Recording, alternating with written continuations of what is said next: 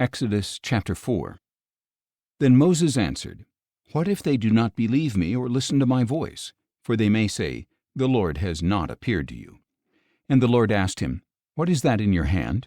A staff, he replied. Throw it on the ground, said the Lord. So Moses threw it on the ground, and it became a snake, and he ran from it.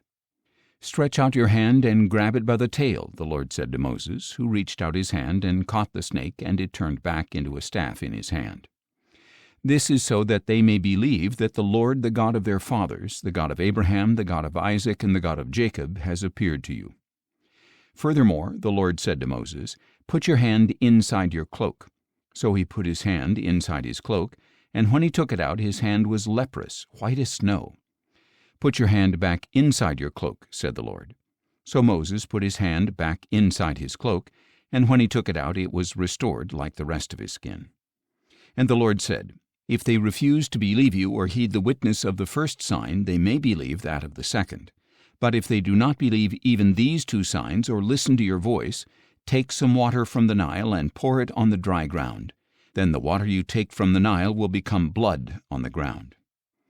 Please, Lord, Moses replied, I have never been eloquent, neither in the past nor since you have spoken to your servant, for I am slow of speech and tongue. And the Lord said to him, Who gave man his mouth, or who makes the mute or the deaf, the sighted or the blind? Is it not I, the Lord? Now go, I will help you as you speak, and I will teach you what to say. But Moses replied, Please, Lord, send someone else. Then the anger of the Lord burned against Moses, and he said, Is not Aaron the Levite your brother? I know that he can speak well, and he is now on his way to meet you. When he sees you, he will be glad in his heart. You are to speak to him and put the words in his mouth. I will help both of you to speak, and I will teach you what to do. He will speak to the people for you. He will be your spokesman, and it will be as if you were God to him. But take this staff in your hand so you can perform signs with it. Then Moses went back to his father-in-law Jethro and said to him, Please let me return to my brothers in Egypt to see if they are still alive. Go in peace, Jethro replied. Now the Lord had said to Moses in Midian, Go back to Egypt, for all the men who sought to kill you are dead. So Moses took his wife and sons, put them on a donkey, and headed back to Egypt, and he took the staff of God in his hand. The Lord instructed Moses, When you go back to Egypt, see that you perform before Pharaoh all the wonders that I have put within your power. But I will harden his heart so that he will not let the people go. Then tell Pharaoh that this is what the Lord says, Israel is my firstborn son, and I told you to let my son go so that he may worship me. But since you have refused to let him go, behold, I will kill your firstborn son. Now at a lodging place along the way the Lord met Moses and was about to kill him.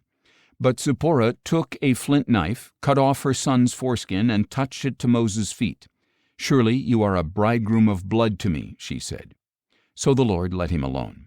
When she said bridegroom of blood, she was referring to the circumcision. Meanwhile the Lord had said to Aaron, Go and meet Moses in the wilderness. So he went and met Moses at the mountain of God and kissed him.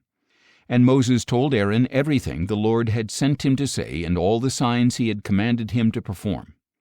Then Moses and Aaron went and assembled all the elders of the Israelites, and Aaron relayed everything the Lord had said to Moses. And Moses performed the signs before the people, and they believed. And when they heard that the Lord had attended to the Israelites and had seen their affliction, they bowed down and worshipped.